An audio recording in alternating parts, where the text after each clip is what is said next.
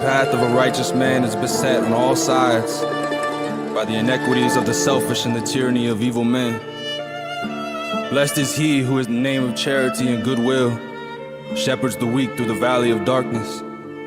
For he is truly his brother's keeper and the finder of lost children. And I will strike down upon thee with great vengeance and furious anger for those who attempt to poison and destroy my brothers. And you will know my name is the Lord when I lay my vengeance upon thee. When I'm sad, I be dreaming about 100 racks. I'm paper chasing, ain't no faking where them hundreds at. Said I'm gon' get it on the bad day, I know that's a fact. It ain't enough, so sure enough, no, we gon' run it back. It's a little hoodlum, but I always been a classy act. If it ain't paying, then what's the point in laughing back? We move in silence, peace or violence, if it's that, it's that.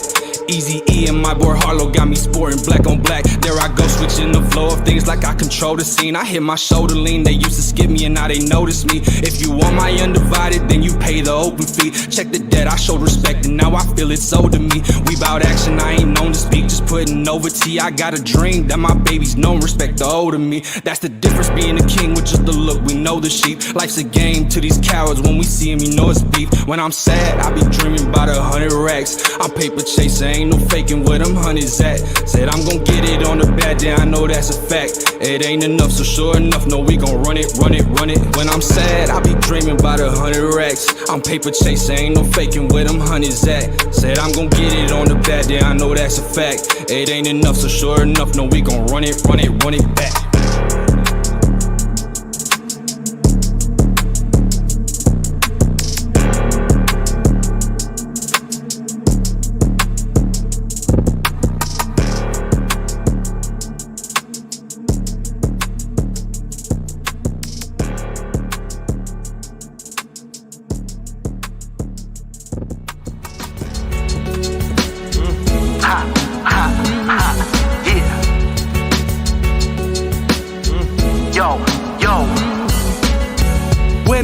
Buenos días, hoy no tuve que fumar para despertarme con alegría. Oh yeah. Buenos días, hoy no me importa bañarme con cubeta llena de agua fría. ¿Quién diría que ser Arjona, que algún día yo sería feliz por otra ronda? Es que pensé que ya se me iba la onda. Pude superar las situaciones que incomodaban las bolsas. Pero estoy en mi bag, estoy compartiendo en silencio, I'm giving back. Mi familias primero, llegaron más. El árbol y las ramas bien alto crecerán. Seguimos plantando semillas. A lo largo los principios y modales benefician. Estoy agradecido por lo bueno y lo malo que construye hoy mi vida. Nunca será perfecta y quizás siga fallando, pero siempre se respeta al que no se queda abajo. Buenos días, hoy no tuve que fumar para despertarme con alegría. Buenos días, hoy no me importa bañarme con cubeta llena de agua fría. ¿Quién diría de ese Arjona, que algún día yo sería feliz por otra ronda? ¿Quién diría de ese Arjona? Siempre he sido mañanero y no me gusta el café. Acelerado me despierto y no sabría decir por qué. Pero ahora me relajo y antes de prender el cel me pongo a analizar todo lo que yo soñé. Era hora de aprender, el tiempo es mi poder. Ese tiempo en la mañana hace mi mente encender. Iniciando el día al 100, de alegría el saber que yo controlo mi vida y bien mi tiempo utilicé. Seguimos plantando semillas. A lo largo los principios y modales benefician. Estoy agradecido por lo bueno y lo malo que construye hoy mi vida. Nunca será perfecta y quizás siga fallando, pero siempre se respeta al que no se queda abajo. Buenos días. Buenos días. Buenos días.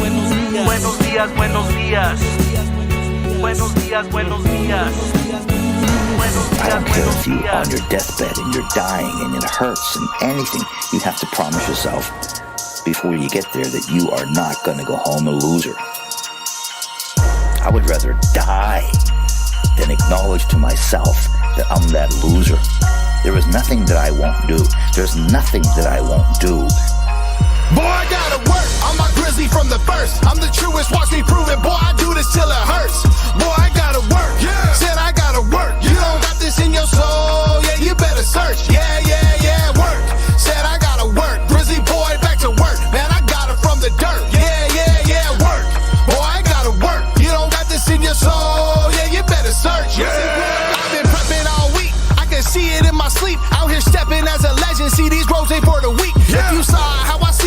would see an Everest peak. That's the goal for me to climb every time I go compete. And it's never out of reach, I don't need some dumb speech. I got me and that's enough, trust your boy's a fucking beast. Boy, I sow it till it reaps.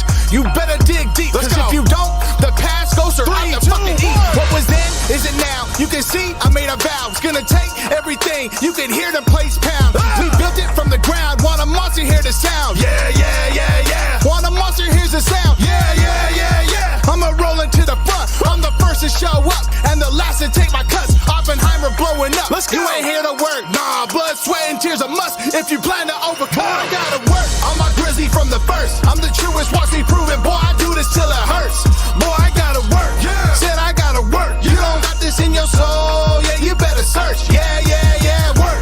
Said I gotta work, grizzly boy, back to work. Man, I got it from the dirt. Yeah, yeah, yeah, work.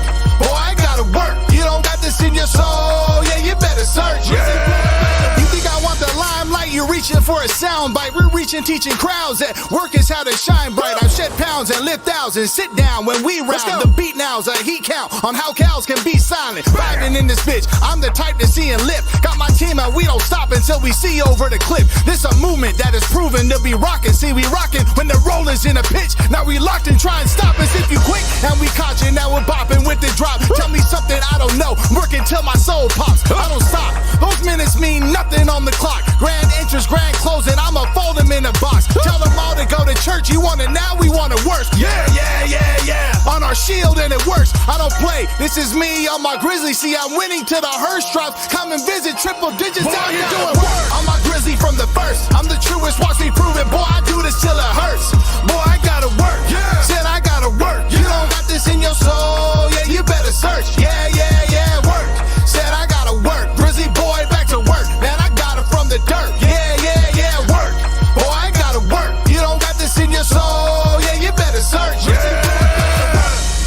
And it's going to take all of you. It's going to take every ounce of your being, everything you got. And if you give it any less than everything you totally got, and you're not totally spent, you're not doing enough. And somehow, by some act of God, it has to be everything within you has to be able to go to the exercise you're doing and demand.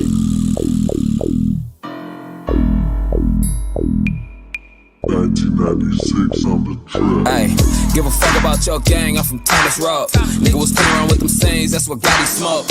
They be hanging out with them things, so do not approach. I put my label all on my chain, that shit solid gold. Put up that thing around your fade, I ain't gotta blow. Niggas be cap with all these straps and still ain't dropping soul.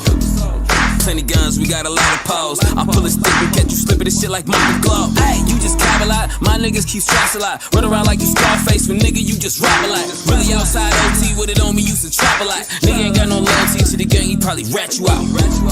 You come out tripping, they gon' pack you out. Pull that extension, they got ladders out. I ain't slipping, I got blick on me. Come get your key to cause your bitch on me. Since you on side with the clips on, every young nigga on my side got a stick on, blicks on. Right after skull, they gon' chip some. Thomas Road, nigga, slow your roll, we got big guns. Yeah, nigga. How you up your pole when they hit none? Niggas just be hoes, they ain't slid once. What up, nigga? I know what's up, nigga. Make a bitch run. Look. Baby chopper with a big drum. Give a fuck about your block, I'm from 66. I was 20 with a 40 and a 50 stick. With the clips, got the chop posted in the bricks. Hitting licks past 400 before we did the split. A nigga rich throwing blues on a nigga bitch. A Mary G's, Dior shoes just to match the fit.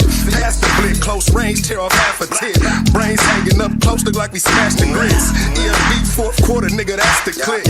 Gang, you throw it up like it got you sick. Ain't got no picks when I shoot, anybody hit. Red dot on the target, I ain't tryna miss. Politics on the yard, I go with Compton Crips. The clip on the AK look like a hockey stick. Hey, you say you tryna slide with Crips? Hey, this ain't a game, niggas really die for this. Since you on side with the clips on, every young nigga on my side got a stick on, blicks on. Right after skull, they gon' chip some. Thomas Road, nigga, slow your roll, we got big guns. How you up your pole when ain't hit none? Niggas just be hoes, they ain't slid once. I bounce out, make a bitch run.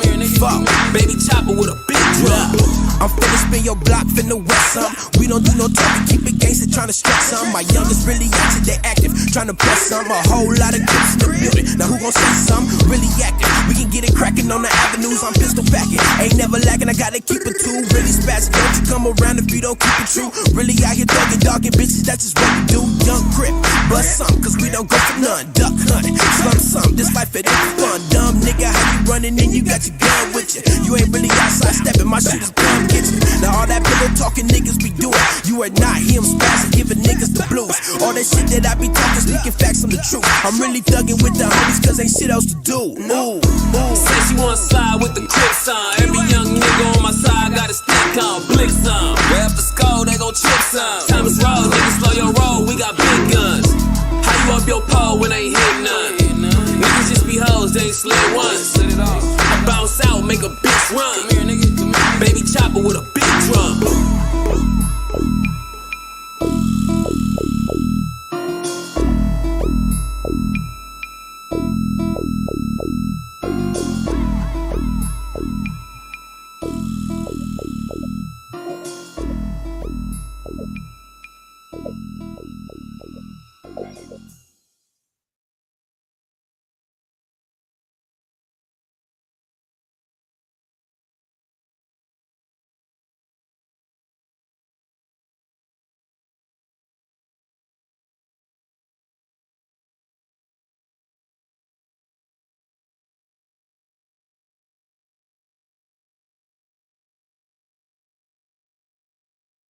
Hey, oh shit. Whoops, my bad, y'all. What up? How's everyone doing? Hello. We are back. My name is Gabino Grhymes at Mic Masters 801 on everything. This is Run It Back episode. Who gives a fuck? Welcome back, y'all. Spades, I see you in the house already. What's up, dog? What's good, egg? You know, you guys know you know how we start this damn show off. For those that are watching right now, like the video, share it out. We'll wait. Also, it's free. Hit them with the crickets.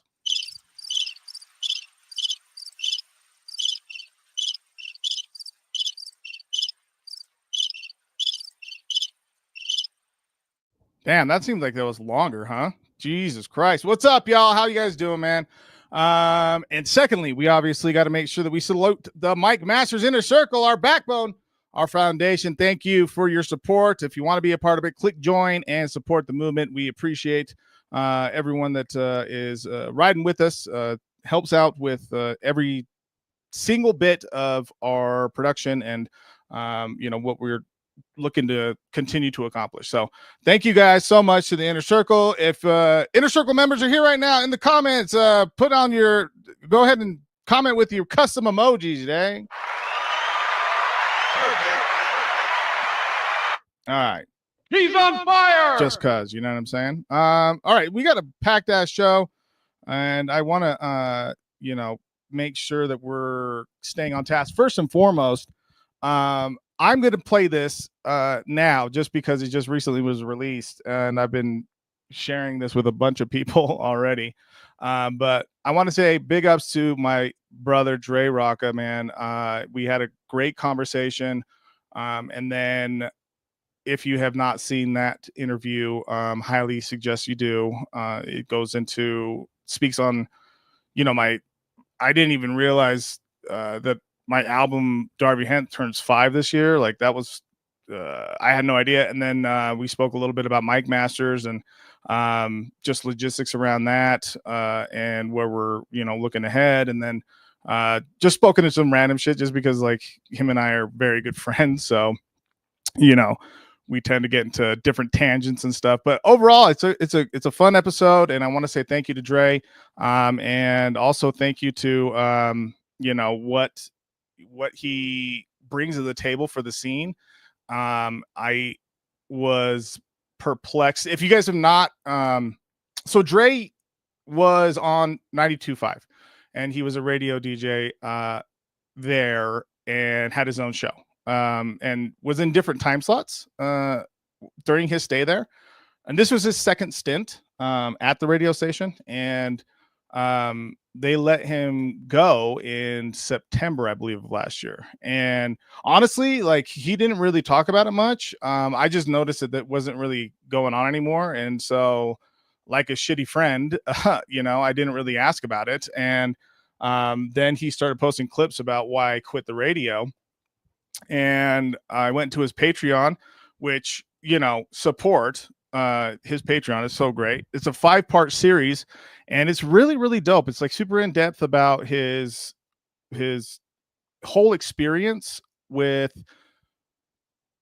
coming up in the scene, and then all, like, here in Salt Lake, his artist roots, and then also his roots even with like battle rap with dogemout.com, which I'm part of that history. And then getting onto U92, and at the time it was U92. Anyway, he ended up I'm not going to tell his whole story, but like he ended up going there, did some work, and then moved on. And then obviously is a content creator on his own, has his own podcast, several podcasts in fact, and runs a very tight ship and does a lot for the community. He highlights members from movers and shakers from all parts of the valley, and it's just really, really, it was discouraging listening to episodes 4 and 5 of that 5-part series as his friend. I listening to how he was being treated, bringing new ideas to the table that were never really looked into, like creative ideas for marketing. This guy is like a fucking marketer. He does really, really well with that. And they didn't really take into account some stuff. There's a piece like about how Big Buddha was, again, these are not my words. These are what Dre says. And I'm paraphrasing, of course, but about how, the morning show was taking, well, in particular, Buddha was, sending out emails to the entire staff about not moving anything in the studio, or, don't move, like, don't even adjust the chairs and shit. And he was leaving, the studio like kind of dirty by just like garbage and shit. And then came the day, fast forward to the day that he gets released, and there's a conversation that happened. You know what? I highly suggest going to Dre Rocka's Patreon and to hear the whole story. So I'm going to play the Rock the Mic that I did, and I kind of address a little bit of it just because I have my friends back, and I didn't want to mince words about what I felt about it, but also, it's not like it's not even scathing to some degree, it's really just like saying like, hey man, like the community fucking recognized it, and those that know. And so, yeah, I'm going to play this really quick. And hope y'all like it. Shit. No, we're going to leave this shit in here. All right, Dre. Well, thank you again for the opportunity. At Gabino Grhymes on everything, at Mike Masters 801 on everything. If you don't know how much work this man puts in, sorry for you, but I wish you would, because you'd probably be on the show. So I love my scene. I love the city. Rock the mic. Let's go. Yeah. Dre, this beat so crazy, got me wanna get dripped out in something paisley. Carefree with emotion, ain't no way they sway me in the morning, but I'm getting played at serious shady. Hold up, the match lit, the fan strips when I get in this type of bag that's Jan Sport. When I zip, lock the bags and flip backs to Sanskrit. I'm it, new era, been stamped of hat fits. Ugh. Fuck one of the best, kept secrets that need to know what's under the vest. A step, not a guess, when I show up you stress. Oh, it's him again, got him sweating polygraph test. Yeah, well I know y'all lying. Fly one day with me, you think you skydiving. I'm in the type of zone that's rare, think Mayans. Pressure in the air, come try to survive it. They choke when it's real, ain't no Heimlich to find them. Silent hymns get sung when bells get rung. It's hell's tongue, no tailspun, turn them blue like Baloo sun. Now they spiraling, I call that a dive kick. Boy, I am way too cold. Every bar that I drop for it knocks its gold. How can I lose sight? My shares locked untold. They tried to erase me, never ending story told. Derek found a rose in the concrete, let it grow. They bet against Pete, fine. Hall of Fame flow. You in a house of cards, either shuffle, get exposed. Whatever Texas holds, know the dealer got control. Yeah, I've been an OG since 03. Low key, show heat, low key with the glow. See, beat me with what? When pyro makes the 4 week. Keep wheat, weave, give and go, the core speaks. Yeah, yeah, bomb, bomb. Yeah, bomb, bomb. Playing chess, bomb, bomb. This is where it gets. Yo, the links unplugged, no ping sat, iMac open, try to compute where I'm at. That sack I crinkled and canned up the first tap. Doesn't have a Pocky's coffin chance when I rap. Let's cook, blow steam through the syntax. These facts, syntax, you pay when my pen snaps. It's Penn and Teller, I see the fic with no hand wraps. They own a map, still overlooking where I'm at. That's okay, I blame myself. Sandlot, still the jet, homie, and everyone else. Heroes get remembered, but legends are felt. You're looking at squints, raps my bitch and Wendy Helps. Woo! Dre, dog, what did you think? I was just gonna bar out and not have a drink. Slap shot, this new rink got me in sync. Triple geek, these coyotes, let's speak what I think. Stamp, boom, okay, now pass the baton. 92.5, what y'all did was wrong. Took advantage of a legend who is locally owned. Proof it's all right again, credibility gone. Whew, good God. And you too, Buddha, cut so deep without room for a suture. Fingernail clippings in the damn studio, wow. You don't fucking give a shit about the future. Back to square one where AK and Sig think they've done what I've done for real. Tell me if I'm wrong. I've helped the seed breathe a ton. We have to fucking stop it. Lord Mic Masters puts in his common knowledge. You can act and lack being honest, but we're not gonna act like I don't make the work clock tick.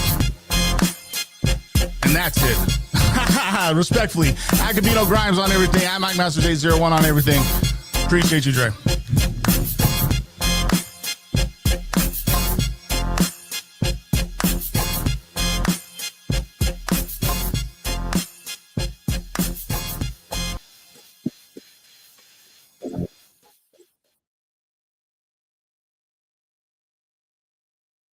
All right, so what's up, Stars Collide? I think this might be your first time on the stream. What's up? What's up? I appreciate that.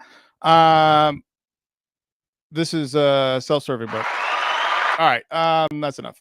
So yeah, I just say thank you to Dre for all the work that he's done, and he's just a big pillar. So I want to start the stream off by talking about like how important it is to have folks like him that are fully engaged, fully involved, fully aware, and want to be able to provide for our community.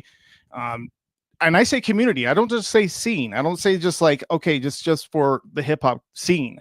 It's not just that, you know, he's someone that, you know, what do people say? Like, protect this man at all costs. Like, he's one of those guys that applies to, you know? So I appreciate how, you know, the folks that have tuned into that, to the interview, and then of course to the freestyle. It feels like I'm in recharge mode when it comes to writing. So it was very, very nice to be able to get, especially after spring training too, to be able to have my voice underneath me and to be able to get that all out. And I mean, you can even tell at the end, like it just kind of turned into like a for real freestyle a little bit, you know, because I was just like, man, let's just really talk. And so it just came together the way it did. And again, shout out to Dre Rocka for real though. So give it up.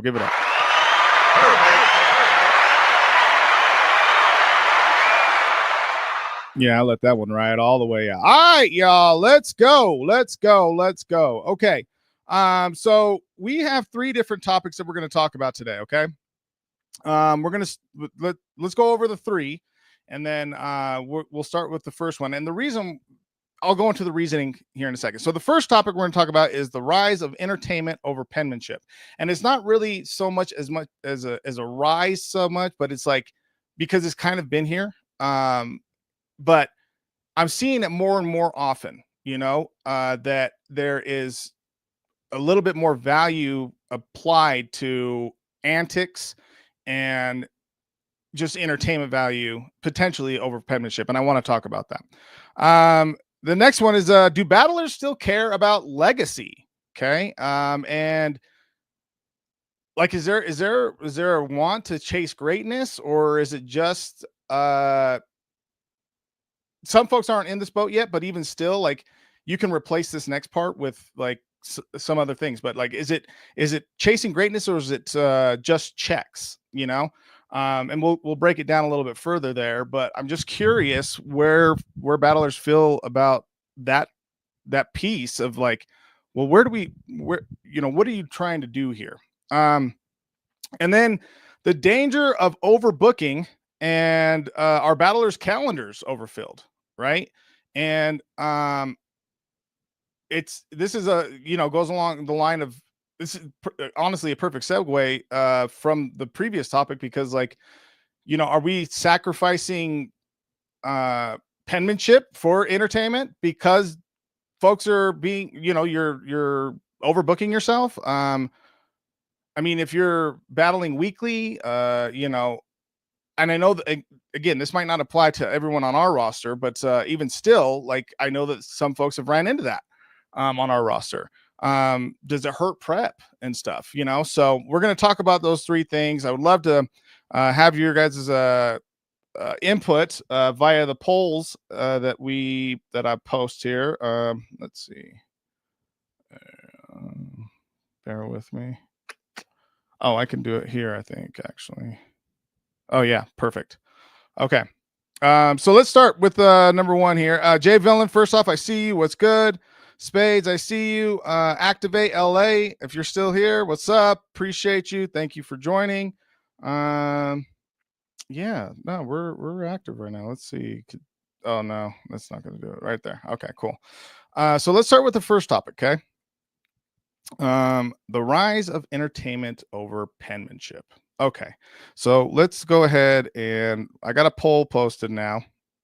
What wins more battles a day? Pen game, performance, a mix of both, or it depends on the crowd. We'll come back to this poll here in a moment, but so look, battlers with big reactions often win, so that's a piece that we got to understand too. Even with like mid bars, and whether or not that there's an agreement there, I think that it does open up the conversation around are moments like more valuable than layered writing, and how much writers, or like, wouldn't you say, like, if you're battling, like, that you're a writer? I guess, I don't know. So like, that's where the question comes into play for me. I mean, we can use an extreme example of like Hitman Hollow, right?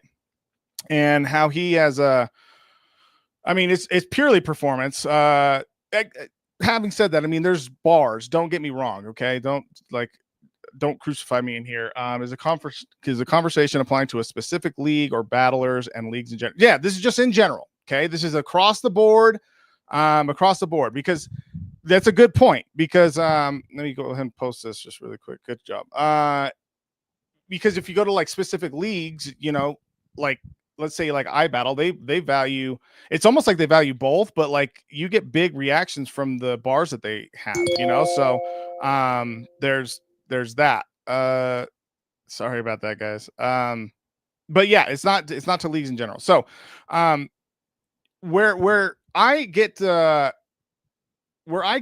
a point of questioning is like, is penmanship being undervalued by fans and leagues?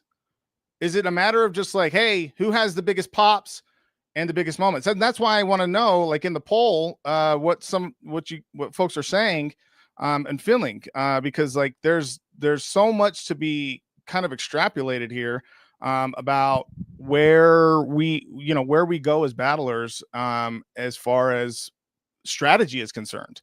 I know that there's a lot of guys on, in our league that absolutely value penmanship. And I'm having a hard time with like that hybrid of what I alluded to earlier, which is like, if you are performing the shit out of your pen, then I think that you have mastered it, right? I think that like marrying the two is the move, but I also say that I'm like, am I like does that make me like old or something? Like, because I still value like the fact that people have slick fucking lines and shit. Like, when Mook and Murder Mook and Tay Rock battle lives during the COVID timeframe on URL. My God, you know, like Murder Mook's, I believe it was second round or second round, when he just started talking to Tay Rock, and it was fucking crazy. Like he's like a perfect example of someone that's like, I guess I would say like kind of like where I came from as far as an ilk is concerned, as far as like writing as slick as fucking possible and still having a performance aspect to it. But when you're in that like silent room, because they were in a, you know, a closed space, all you could do is write, you know? So is it a matter of, so that presented the question to me. I went down this whole ass road with this. That presented a question to me. Is it a matter of if it's on stage or if it's in a pit? Is that like, if you're on stage, are you focusing more on big pops and the performance value of it, as opposed to writing so slick that maybe you go over, you know, over heads, as it were? Or is it just you do your thing, whatever wherever it's at? Like I think of like B Magic, right? And it's like the same shit all the time. And I don't mean to say same shit. Sorry. Respectfully. God damn it. What the fuck? I think what I mean is he performs and raps like the same way, and it's like incredible every time, no matter if it's on a stage or if it's in a pit. And I think like that's the move. Like people gravitate towards that. Like Big K's in that conversation as well. Sharon's in that conversation. Hollow to Dawn's in that conversation. You know, and I'm using larger name battlers. To refer back to our league, like Spades has a performance factor that goes along with his bars. Like Dumb Luck has a very keen perspective about his. He's more along the lines of penmanship. Respectfully, and there, you know, it's hard to deny dope writing in my purview, and I could be wrong. I think that there's something to be said about how, God damn it, hold on a second, guys, let me make sure that my notifications, dun, dun, dun, dun. I was on a roll right there. What the hold up. Oh, right here. Cool.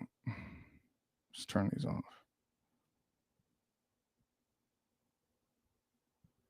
Okay. Let's just turn these off. Cool. All right, cool. Where was I at?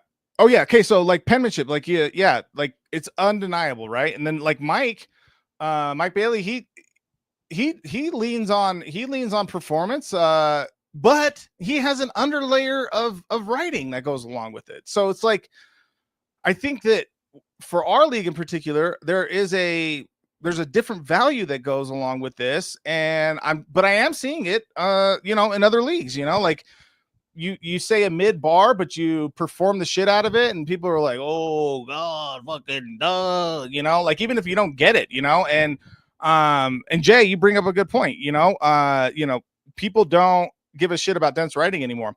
Look, I do. And I think that a lot more people do, you know, like even though Rum Nitty, his writing is,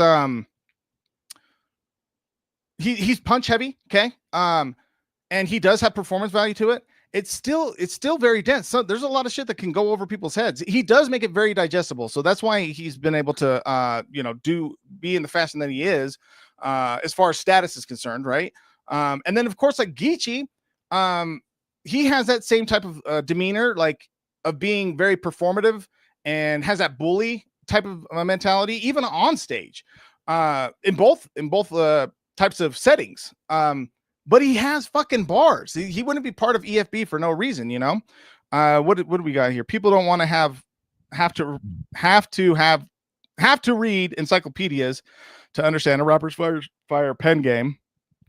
Good bars with great performance beats great bars with good performance. Damn. Shit like that. Yo, there's that.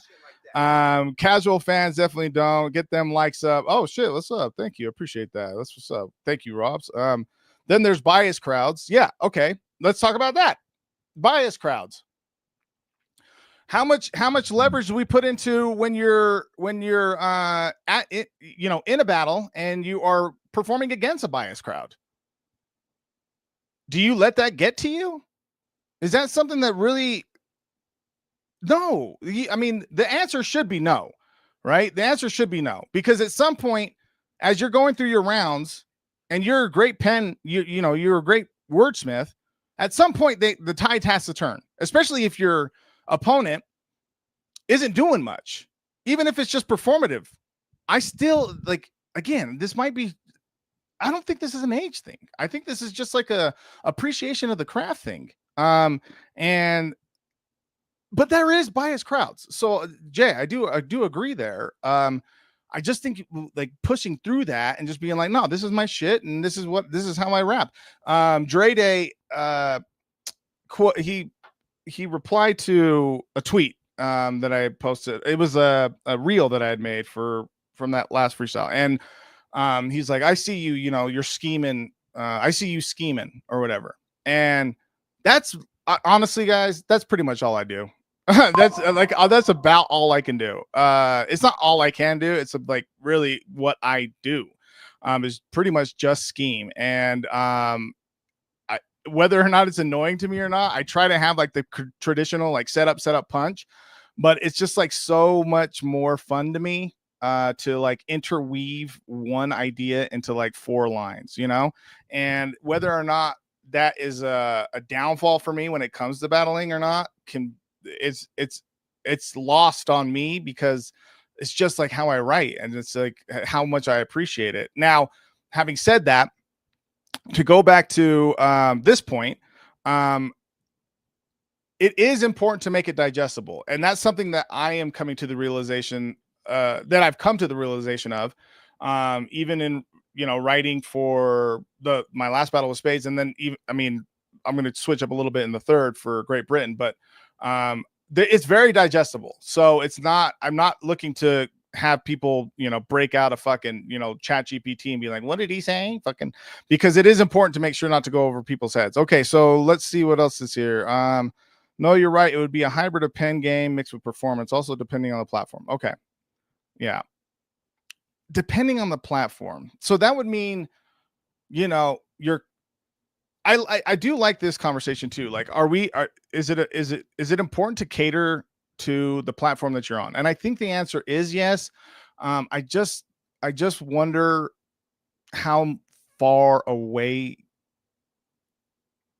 like getting away from your normal, from what you do normally, if that's going to be a hindrance, you know, and making it difficult to be able to even spit your rounds, you know, because you're just like, damn, like this isn't exactly all, you know, me. Because I, you know, Pat Stay is another example of like, I mean, very consistent across all platforms. URL, fucking King of the Dot. I don't know. Did he battle on Gates of the Garden? Anyway, the point is that he stayed consistent, and so Sharon has too. So I do understand the platform. I do understand the platform. I get that too. Yeah, I get what Butter Pecan is saying. Some bars you'll need ChatGPT handy, but by the time you get the breakdown, the rapper has spit more bars. And yeah, that's what we're talking about. You know, like, is that like a hindrance? And personally, I don't think so. I think if it's a matter, I think it's a matter of digestibility. Okay. So like if I go back to the point of, look, write as intricate as possible while keeping the crowd in mind, because you are performing. In that you are in front of a crowd. Now, battling has always been that, because if you're going to step in a circle and you have fucking, you know, in the backyard, you want to entertain. So that's why easy punchlines are like, you know, so valuable in those types of instances, because people start laughing, and then, you know, you got the whole crowd on your side and shit. And yeah, that's like super important. Again, that goes back to the digestible piece. So I think we're getting some pretty good interaction here. So then there's the timing of how you deliver the bars. People like Pat say had amazing timing and didn't need super intricate rhyme schemes, but his bars hit. Again, totally true. I was Jay, you'll like this. I was talking to Firearm Zeke today, and he actually referenced your battle with him and how it was very valuable for him. And great job on your win on that one. Good job. But he was talking about like sometimes like he learned in that battle, like it's not just all about punches or bars or whatever. He's like, because you were like talking to him, but he was trying to like at the time trying to discredit and say that, you know, you weren't spitting bars, which is crazy because there was, you know, you had bars interweaved between each fucking segment. And so that's incorrect. That's incorrect. But you had a very direct tone, very, very talking type of manner about him and jokes and so on and so forth. So the reason I bring that up is because it weaves directly into this. Like, is the entertainment value over penmanship just like really how valuable is it? You know, like what are we talking about? You know, like in the chat right now, can you guys name someone with a great pen that doesn't get the love they deserve? I want to see some answers before I move on. So again, actually, I'm just gonna let's just post this. What's up, little cat? How are you? Yeah, I'm curious about this. So can you name someone with a great pen that doesn't get the love they deserve? Chat, let me know. Let's go in the comments. Let's go off of what you guys got to say here. What's up with the damn, the poll is on it's going to mix of both, really, is where it's at. Depends on the crowd. I also got to vote here. That's great. We'll keep this up until we move on. Again, can you name someone with a great pen that doesn't get the love they deserve? I wish I had that whatchamacallit, fucking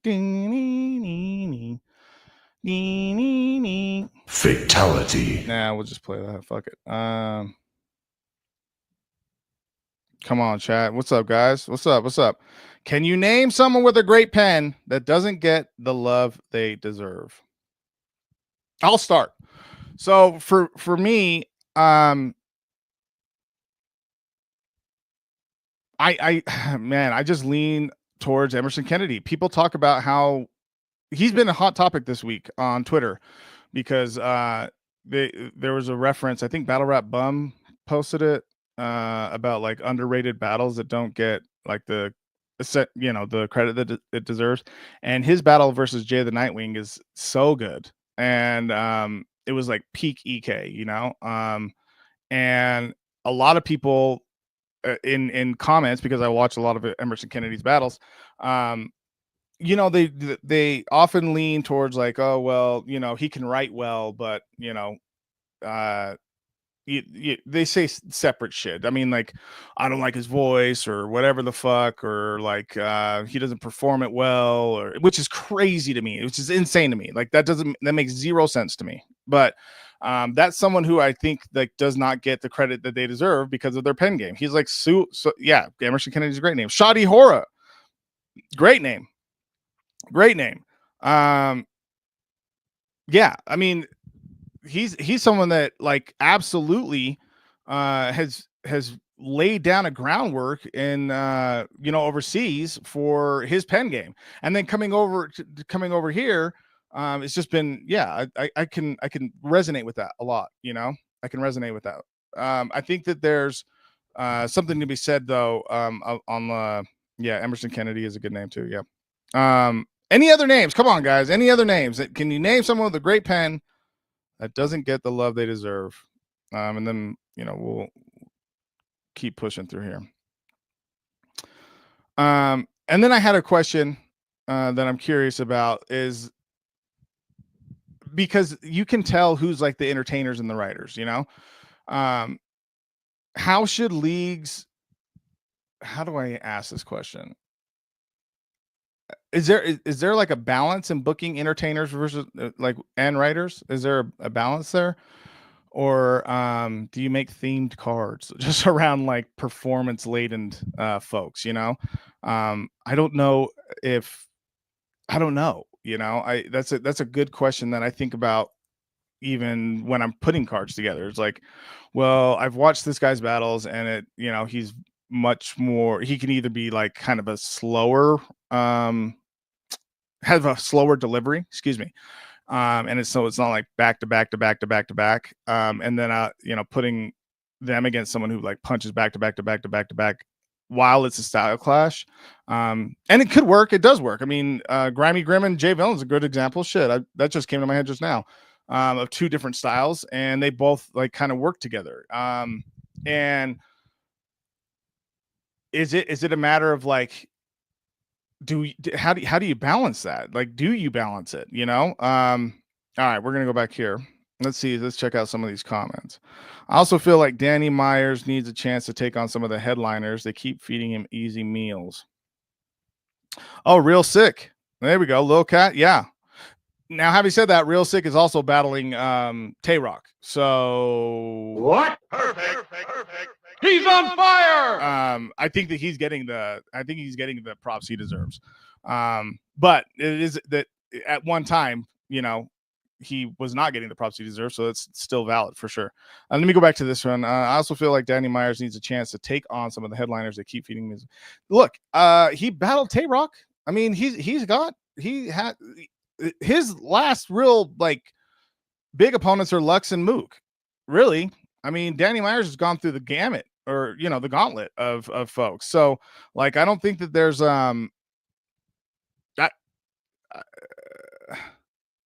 I don't know why those battles have not been booked yet. That's what I'll say, because Danny Myers more than deserves it. Danny Myers has been so gracious to the culture, and ever since he's been able to get his spot after battling Rex, you know, he's lit that whole fucking scene on fire. I mean, there's like, for him to have the pen that he does and still be able to punch as heavy as he does is so incredible, man. Give it up for Danny Myers real quick, actually. All right. Okay. Tay-Rock running out of people to battle. Yeah, I mean, that's true too. So let's put a button on this. We'll go back to the poll here. I think you guys are right. What wins more battles today? A mix of both.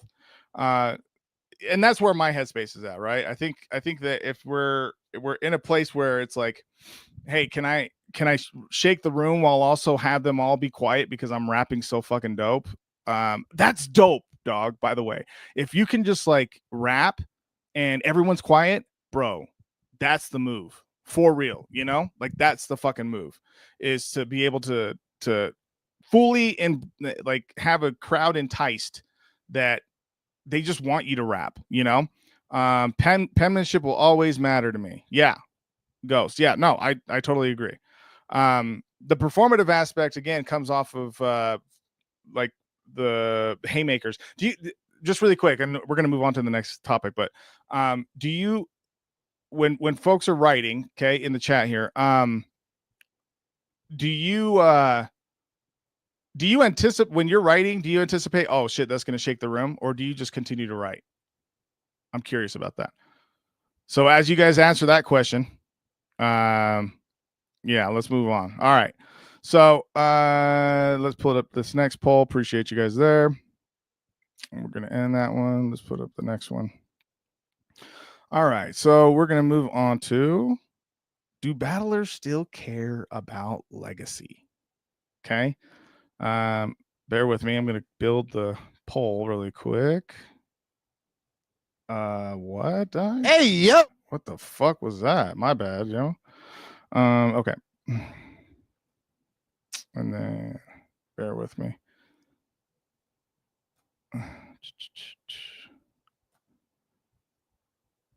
You can only do one of these at a time, you know? So I appreciate everyone that's joining us right now. Thank you guys for joining.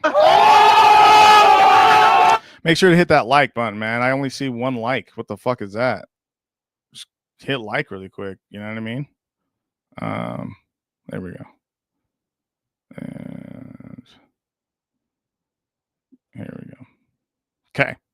So here's the poll. Let's go ahead and throw that up there. So I said it at the beginning. Okay, so let's see. Build the what? Yo, yeah. What the fuck? My bad. Hey, yep. My fault. Okay, so I feel like people write with the intention some lines will shake the room.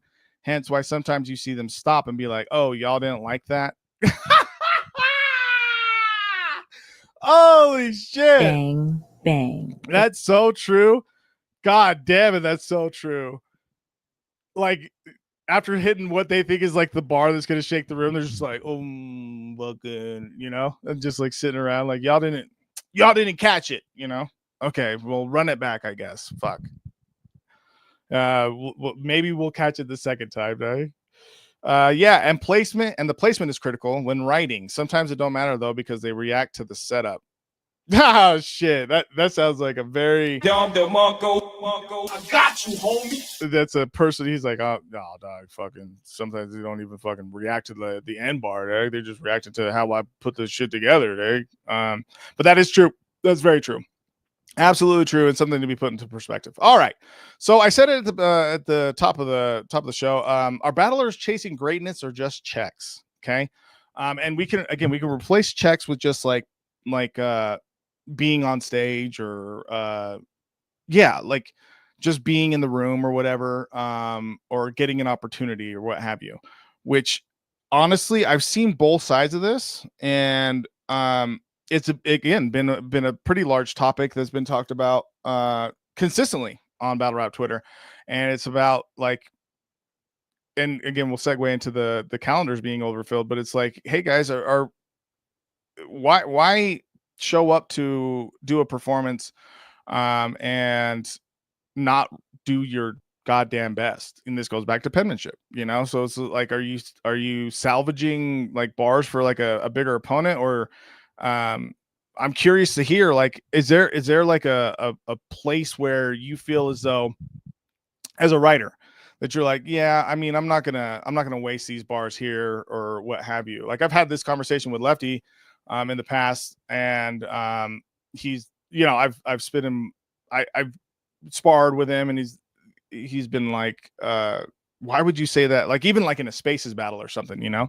And I'm like, I can't, it's not that I mean, I understand what you're saying. I do, but the logic behind that would stand to say then that I only have a limited supply of those. You know, and I don't. So fucking shit like that. You know, you just do your best every single time, you know. And if it like, what is greatness even? You know, like, is greatness like putting your stamp of approval about how much you value the art and the craft?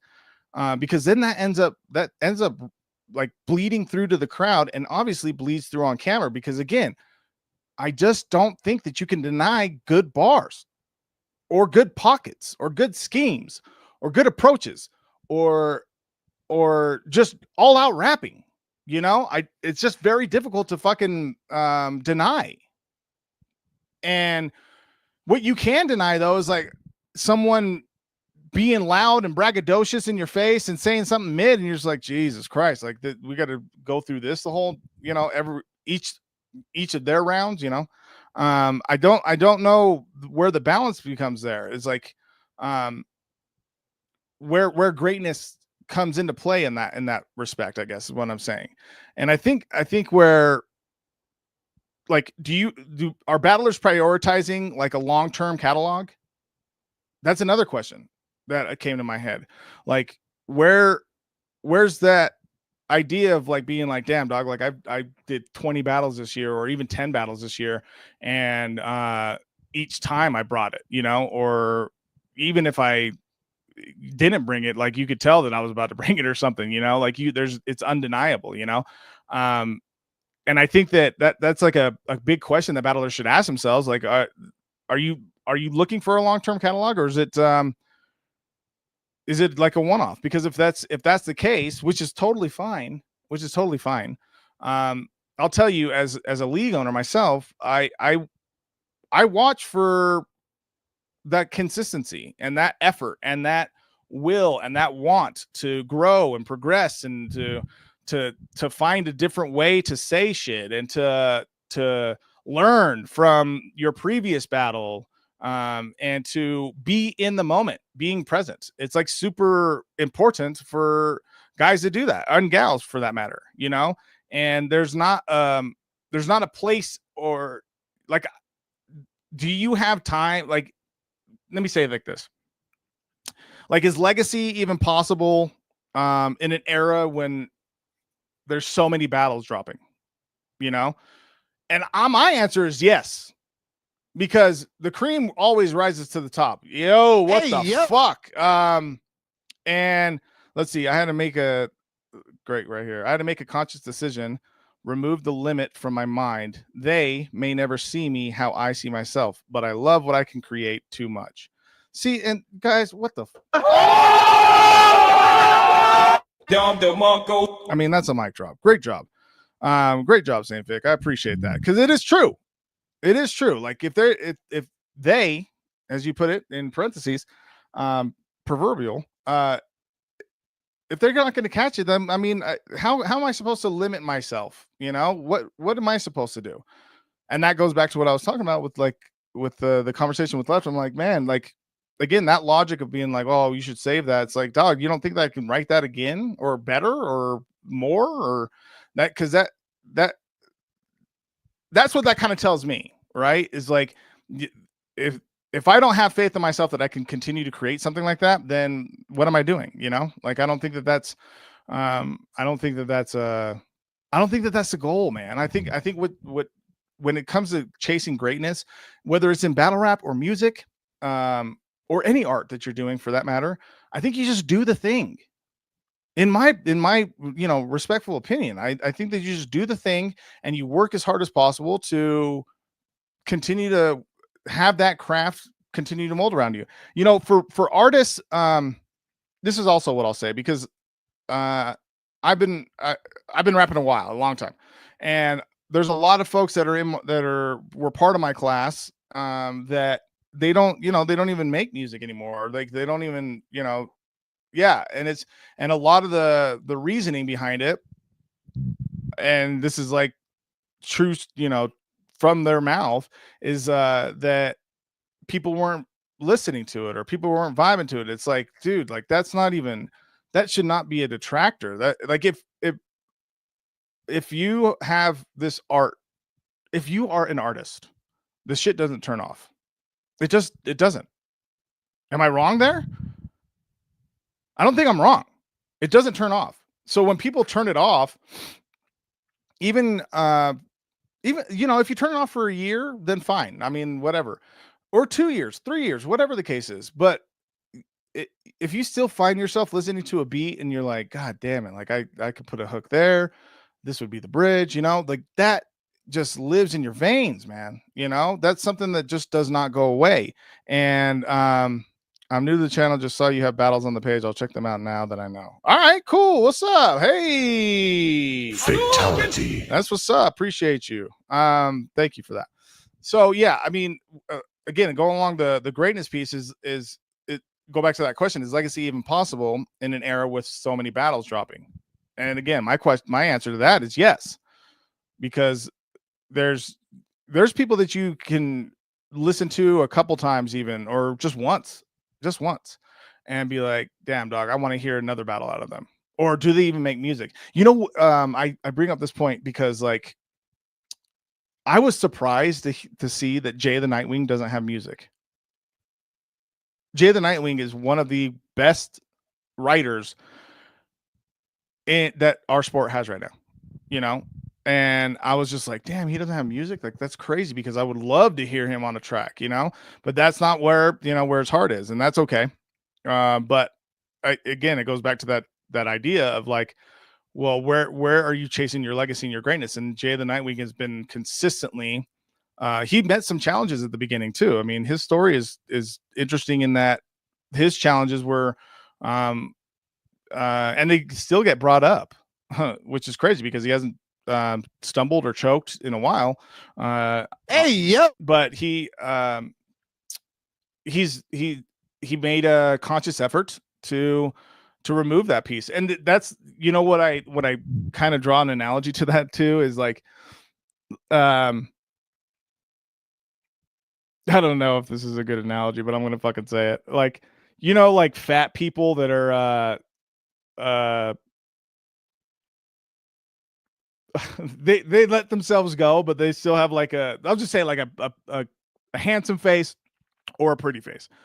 And you're like, yeah, well, if all I got to do is not eat anymore, I'm still going to look better than you. So what the fuck? Like, all I got to do is just not eat anymore, So like, if I only have to cut one thing out and still be fucking, amongst the top of our race, then let me work on that one piece, And so Jay the Nightwing, and they, like I said, they still bring it up in battles, like, oh, I hope you don't choke, and it's like, dog, I'm not fucking choking, So Hey, yep. God damn it, I hate that fucking word right now.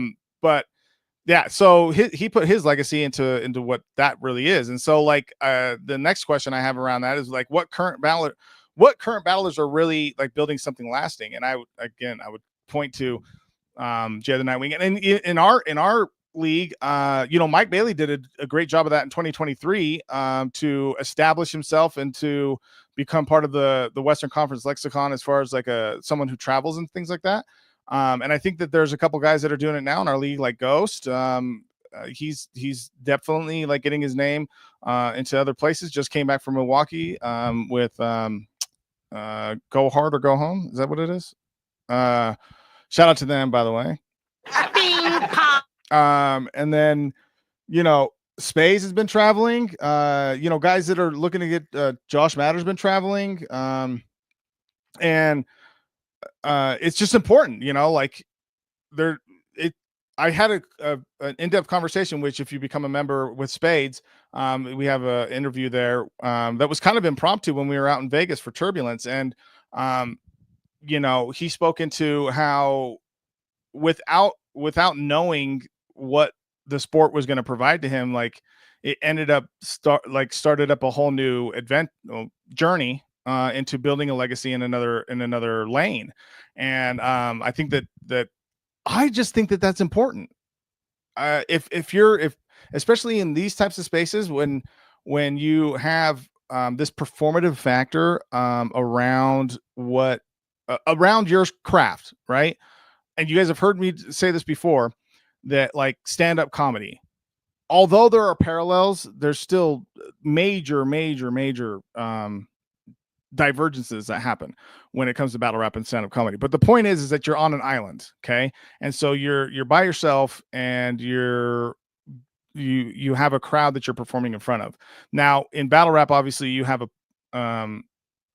essentially like, you have you're relying on the other person to create a moment, right? So there is that divergence. And also with battle rap, every single new battle that you do, is new, as opposed to like stand-up comedy, where a lot of stand-up comedians will do their set and then they'll try stuff out at the end, but it's not like a new set every single time, unless you're like on fucking Kill Tony, and you're like William Montgomery, which is fucking crazy.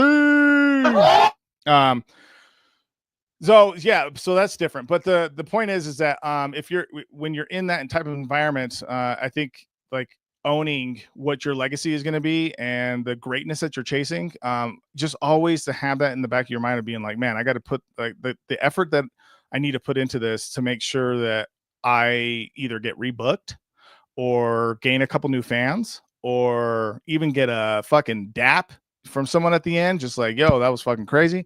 And then when your footage drops, you're like, yo, that's my shit, and being proud of that product.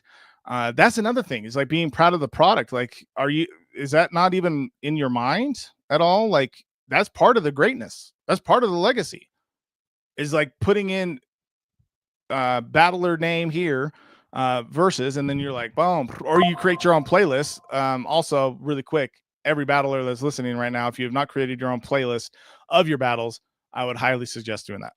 But yeah, so that's the point that I'm making around like the greatness piece. And our league's doing enough to protect and promote legacy matchups. I think so.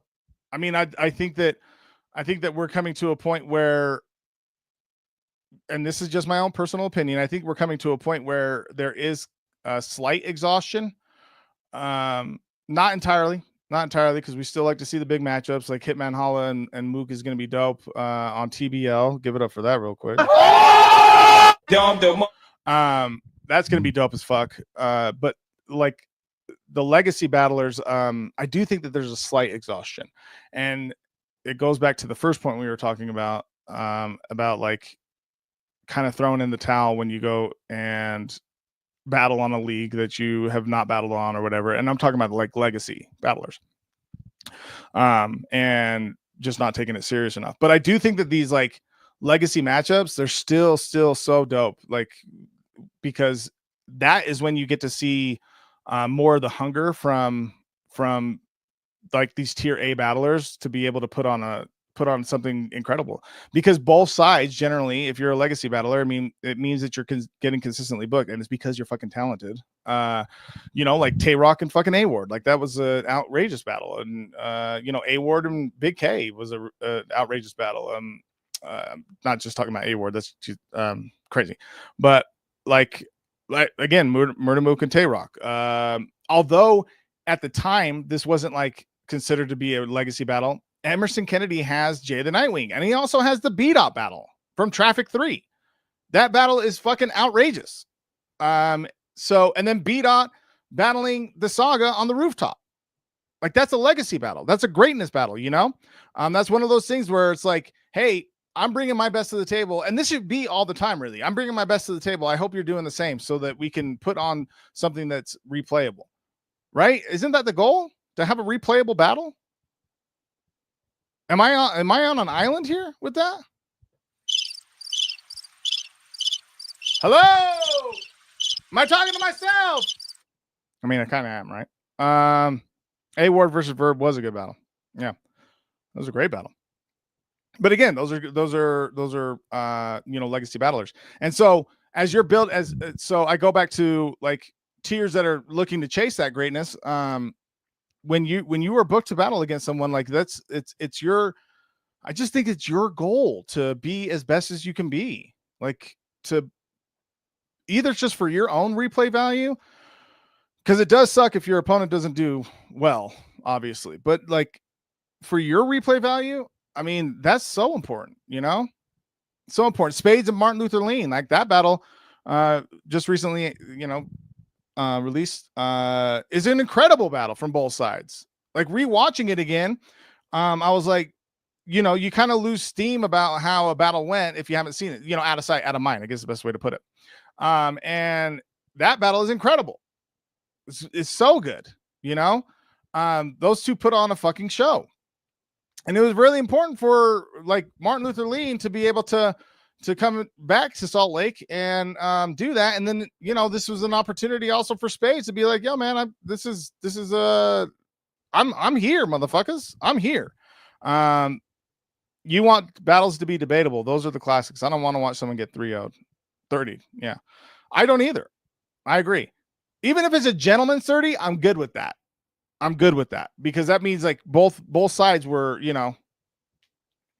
I mean, it becomes debatable. I think gentlemen 30s, I think those are debatable more often than not. But it stands to reason as you're chasing greatness and chasing legacy, I think it's just important to put your best foot forward. All right, let's check out the poll here.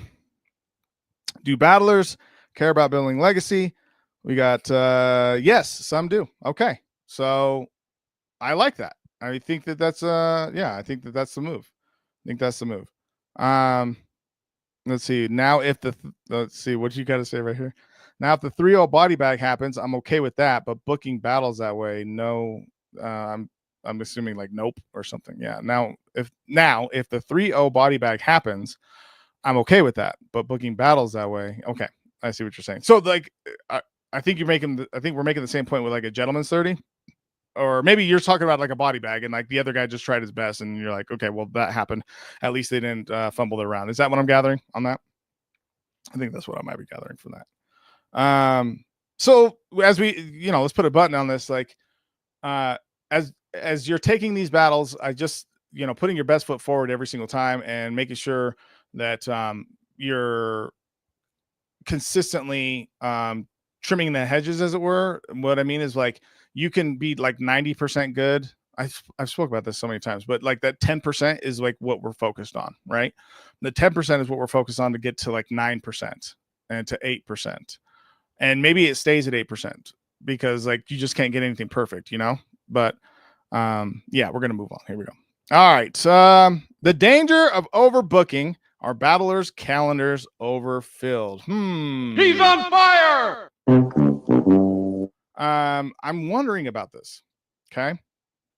So battlers are battling monthly or even weekly. What's the cost of that? The immediate answer is performance value.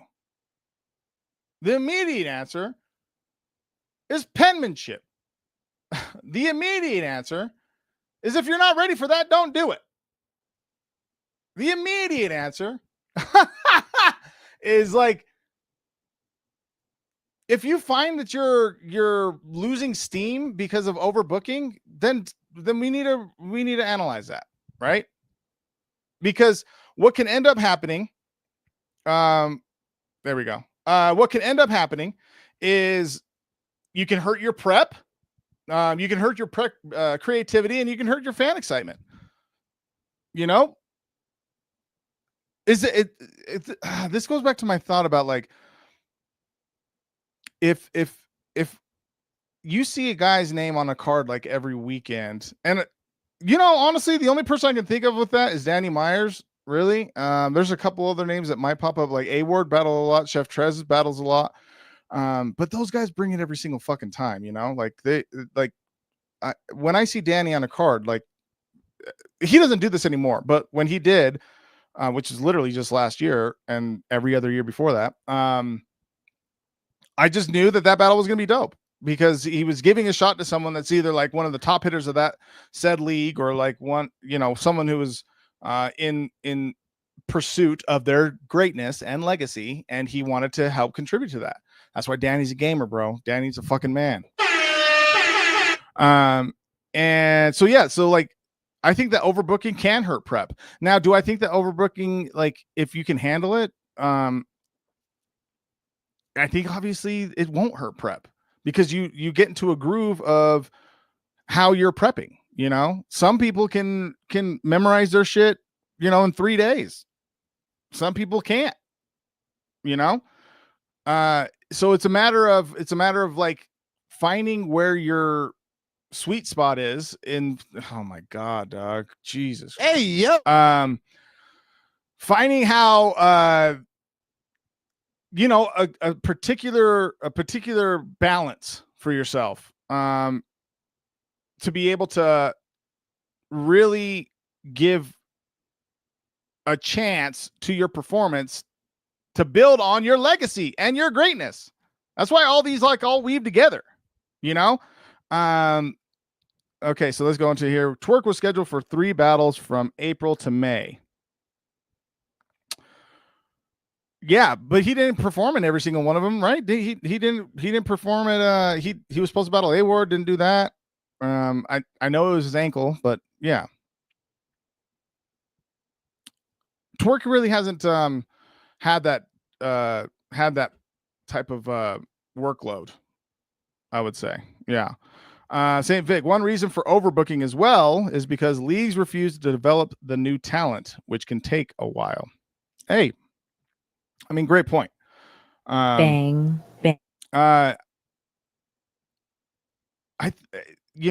I read that and I kind of bounce that around in my head, I think like maybe it's the league owner's fault then, because like lack of faith.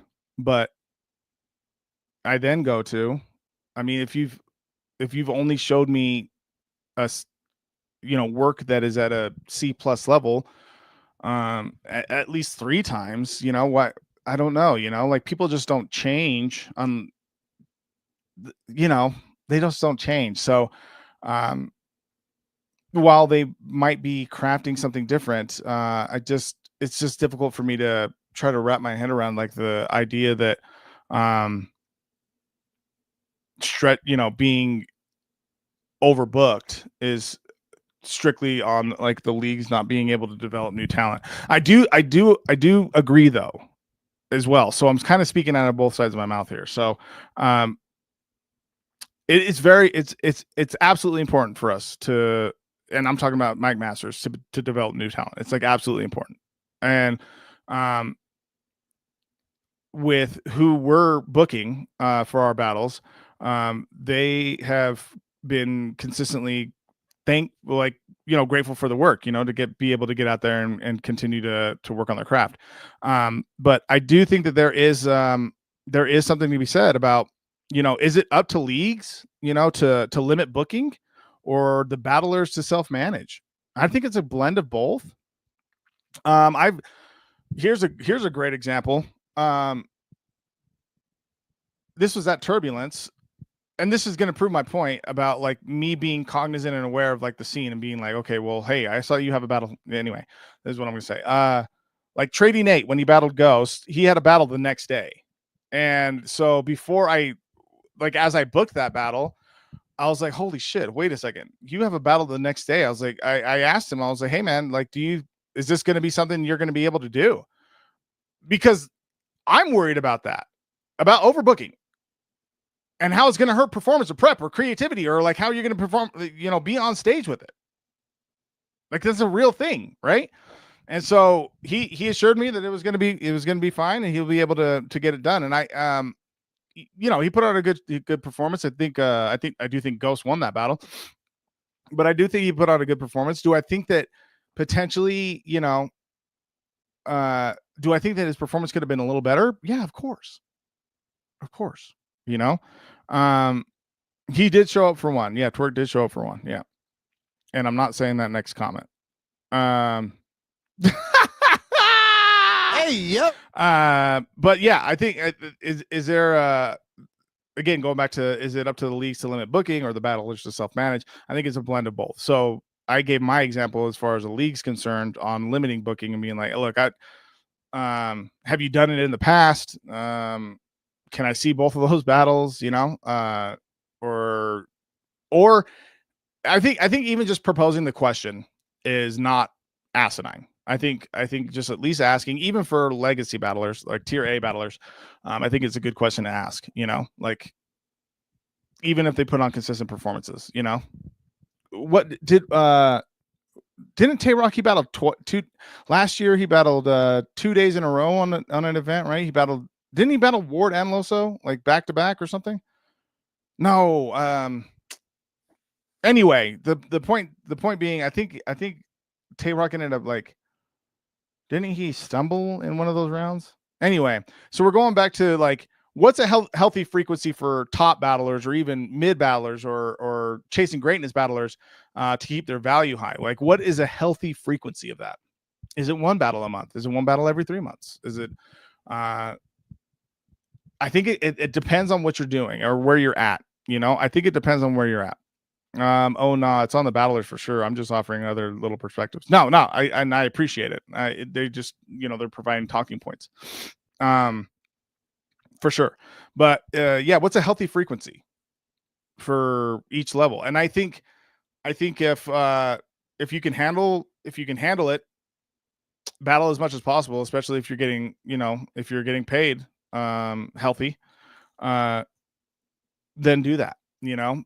Once you start to slip though, then it becomes a problem because like you got people that are paying to see you, and then you slip every single round or something, and then the excuse becomes, right? Then you give an excuse. You're like, oh, well, I just battled last week, or I got a battle next week against somebody that's, I'm just inserted, like I'm battling Marv 1 next week. So I'm kind of more focused on that. Like, what the fuck? Like, that's terrible. You would disrespect the league for bringing you out, and then also your opponent because you have, well, then don't take the battle. Don't take the battle. Is there any thought here, guys, about the frequency here? So for the owners, it's a hard call. It's sometimes influenced by analytics as well. Not saying this channel, as I said, I'm new, but let's say KOTD as example. they may use the analytics to determine who makes a battle card as well as who the headline battles are. That should be for every league. We practice some of that same. We practice the same. Like who is who's bringing eyes to the table, like, and that's easy to see as you have a lengthier resume, as you find that you have more battles, you're able to kind of nitpick and be like, okay, cool, like I can count on you for X amount of people to come out because you have a lot of support, and I can count that you're gonna you take every single battle serious, and so on and so forth. So I do agree with you as far as for owners that it can be a hard call. I don't think it should be that much of a hard call. I think it should just be I'm referring back to a tweet that Lex put out for my battle, and it, again, paraphrasing here, but it was something along the line of just like if I'm booking a battler and they are not showing any sort of effort even towards like sort of promotion or whatever the case is, and then come through and give a mid-level performance when they're talking shit behind the scenes about how they're this and that, like the best. That's what I'm saying. Like I just don't want to book them again, and I while I resonate with that, like I have not run into that super like a lot, and so I don't have I don't have an example like off the top of my head, but I do think that there is something to be said about that comment. That owners, it is a hard call for sure. Responding to Saint, you're right. There are times the league could potentially spot talent and push them further. It shouldn't just be times. It should be like all the time. If you see something happening that's going very well, fucking absolutely. Oh, I didn't even put this next poll up. Sorry, guys. Well, we're already here, so it's okay. There are times the leagues could potentially spot talent, push them further. That should be all the time. That should be all the time. If you spot talent, you should be messaging them about when they want to battle again. All the time, straight up. It's literally why I like when Spades first battled. It was his first battle ever, and I was like, "There's something there," and so I wanted to keep getting him work. To be able to go into the craft. Now it does take the artist to want to do that, and he wanted to do that. And so even with Lefty's another good example. Lefty was at the first two events and wasn't super sure if he was going to come back or not, and we had talks about it, and sure shit, he's come back, and every single battle it seems like it's like, oh cool shit, he's like getting back into the groove, he's getting back into the zone that that he had seen when he was actively battling. So I do think that there's something to be said there. Just can't be done with every new battler that enters into, of course not. It needs to have a gladiator, climb the ranks type feel too. This will help the audience get familiar with the artist / battler too. Agreed. Absolutely agreed. Shit like that. And Organic has tweeted about this, about like how it's a disservice to battlers chasing greatness and building their legacy to immediately just have someone that's like tier A. Like it just takes away so much, like there's to your point, like part of the journey is watching that battler grow. That's why people started to gravitate to Geechee. Like he went through the ranks. There's people that like jump pretty quick because of, you can see that they have the talent to stand with others. Tex Sago is one that I think of, like from the trenches. Man, that guy is, from his first battle, man, I was tuned into him. I was like, damn dog, this motherfucker is dope. But again, he's not getting, he's getting his chances where they're supposed to be. I think Easy the Block Captain's doing a good job as far as like getting his battles booked for him.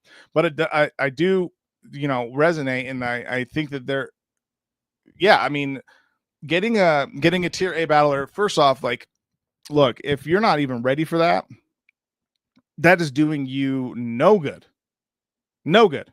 at all. And as a league owner, my bad. I've done that a couple times and felt bad, you know, because I was like, damn it, like that should not have happened. Because you're hurting the person that's chasing legacy by you're just inhibiting progress. And I'm talking about league owners. You're just inhibiting progress. And as far as the battlers are concerned, if you're at a place where you're like, look, I want to test myself and go against so and so, you know, it's upon the.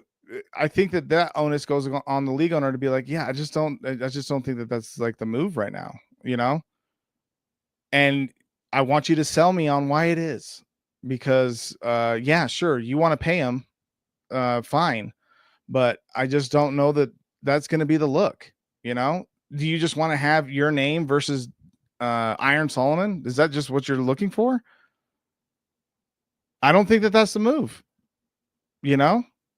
It's a matter of like, can you bounce back? This is what I'll say.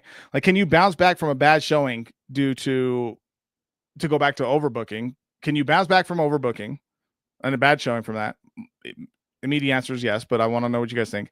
Or does it damage your stock long term? So those interweave together, right? Like if you're overstacking your schedule and like, oh shit, now I'm ready for rum. No, you're not. No, you're not. And if you have a terrible performance, that's another thing. So I will say with this question, can you bounce back from a bad showing due to overbooking or from overzealous or excuse me, being overeager? You might not, because now that you've been put on that stage and you shit the bed, we've seen it with like Jonai. And Jonai was battling some good battlers, and then he battled disaster, and that's not even his fucking fault. But that was like, Jonai was fucking dope. You know? I don't know if I just don't know the timing on that. I don't know if that timing helped him, you know? I just don't know if that timing helped him. Let's see. Okay. Just can't be done with every. Okay, we already did that. Great example with Geechee, yeah. For Easy, the Remy situation also helped. A lot more eyes were put on him and Chrome 23 after that incident came out. Well, now we're talking about marketing, and obviously you're right.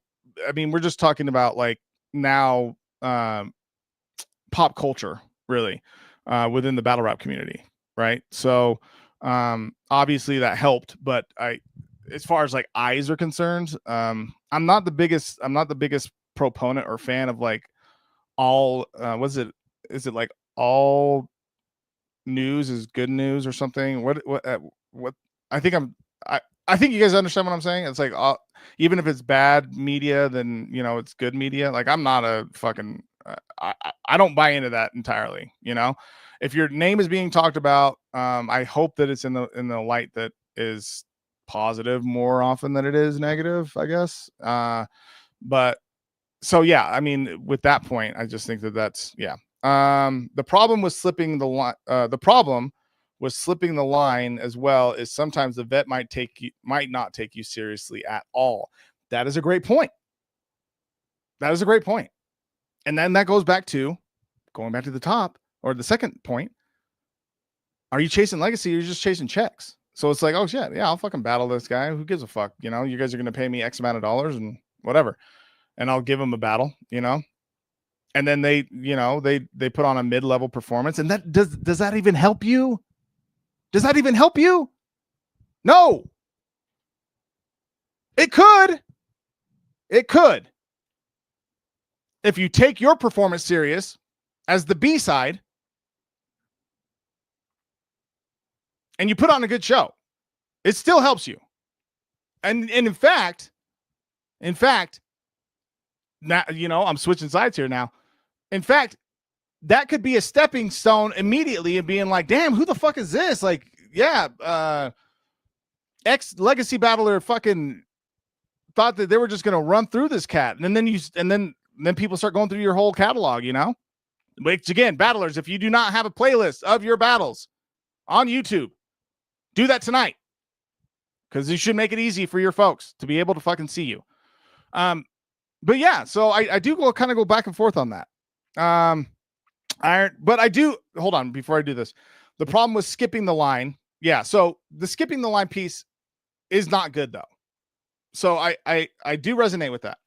I do think though that there are some folks that like you can point out and be like, damn dog, I think that they're ready. It doesn't happen often though. So let's be real about that. It doesn't happen often. Okay. Because if you see talent from I just think that the steady progression is the right move. And then when you're like, hey, you talk to the battler as a league owner,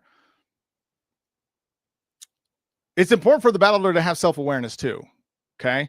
But as you're talking to the battler as a league owner, you're like kind of gauging where they're at. And then you speak into, hey, if I looked at this particular opponent, what are your thoughts there? And then to gauge how that conversation goes.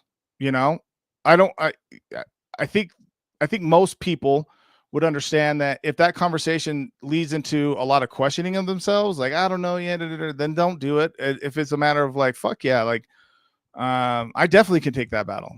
You know, it still has to be tread lightly, I think, for sure.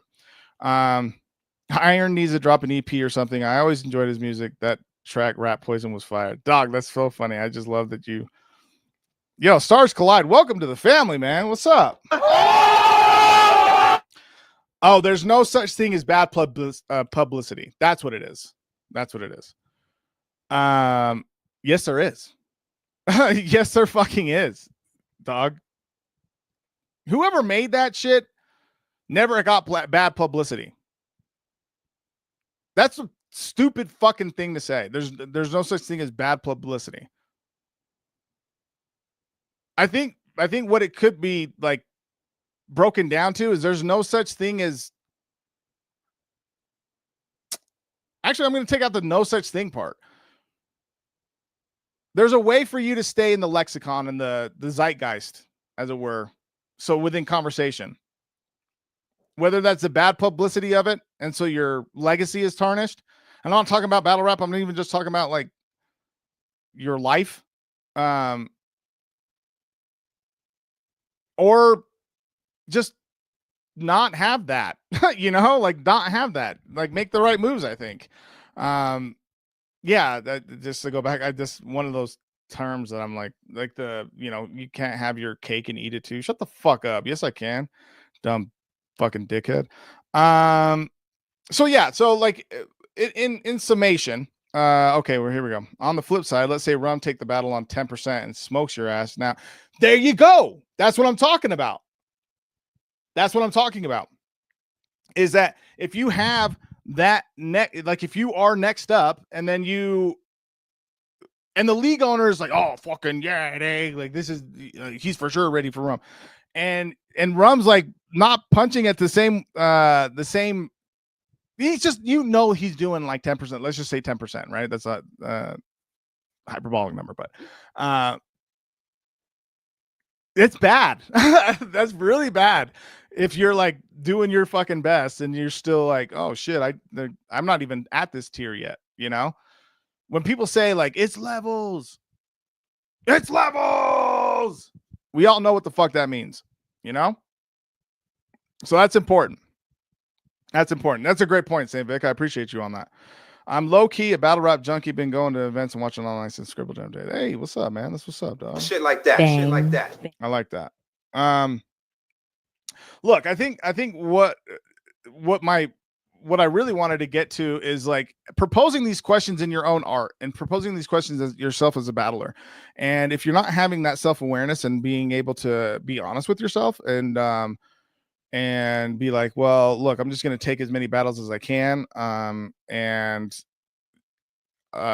You know, if I fluke on a battle, then whatever. I'll just keep going. I just ask these questions to yourselves, you know, like, am I chasing greatness? If I'm chasing greatness, how am I going to do that effectively?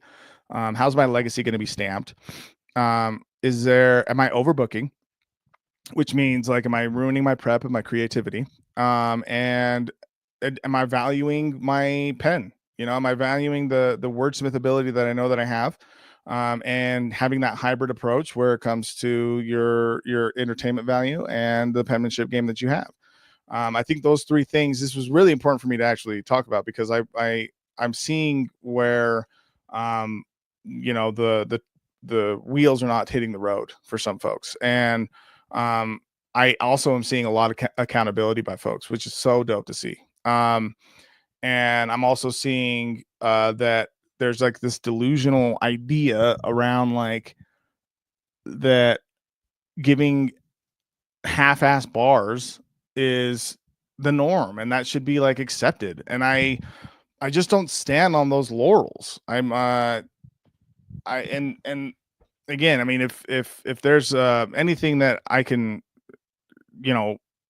take away from how our own battlers in our league can continue to improve on, which it's knowing to stand your fucking ground, and knowing what your prep is like, and knowing how important it is when you get up there and do it, because you're taking, when you say you're going to battle, take that shit serious, take that shit serious. Be as very, you can be as layered as possible with your writing. Do that. That's okay. People do that shit all the time, and they still are rising to the top, so don't underestimate yourself. Don't put yourself in a position where you're questioning, well, how much should I be dumbing it down, as opposed to, do I want to dumb it down this time? Maybe. But I do, and putting another question in your head of like, if I do, I don't, like, let's not consider it dumbing down. Maybe even like taking that verbiage out and just being like, I just want to make it a little bit more digestible for folks. I like, even if I start layering and then the punchline is the most digestible piece, great. I think that there's a lot of self-awareness here that we just spoke about today. I appreciate everyone that tuned in on the chat. Stars Collide, St. Vic, Lil Cat, Spades, Jay Villain. Who else was in the chat here with us? Ghost, what's up? Thank you again for contributing. And yeah, I mean, look, as we're booking these next events, I know that the circuit, and we're going to transition here and close out. But yeah, the circuit, their next event, I believe, is the 19th of July. I'm not sure on that, so I'll find out on that for sure. But that's going to be an awesome opportunity, and to be able to get into pockets there. And I think the overall message that I'm just trying to say is like, are we asking these questions enough, and not just as a league, not just as battlers, but as a culture in general, is there a losing steam effect happening with overbooking, like seeing the same name on cards, and if they're not performing to the place that we want to fucking buy, or watch, so there's that. That's what I'll say. So I appreciate y'all.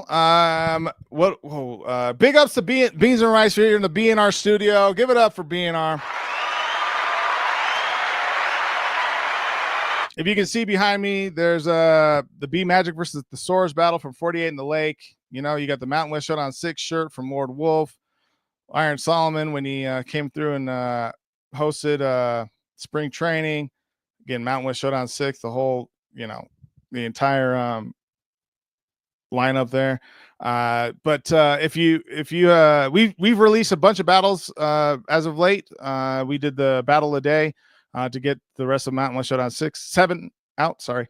And then I was going to say, I spoke with Scott today, and the rollout for some of the circuit battles will be coming in the next week, potentially 2 weeks. And then I'll be getting the spring training 2 footage over to Eddie so that we can get on top of that and get those battles, released on the channel to members first, the inner circle.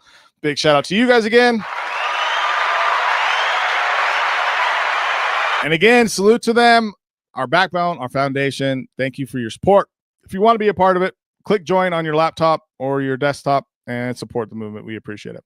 But those battles will be released to the inner circle first. Some will be released on the circuit page for First Blood. And then for Spring Training 2, some will also be released there too. Next week, we will be we'll be giving out awards for Battle of the Night, Performance of the Night from Spring Training 2. And yeah, we'll be speaking about a couple other things too, but we will, we're going to be going back to the time of 3:00, Mountain Standard Time. And just super excited, man. Just super excited for what's in the works, and just keeping momentum.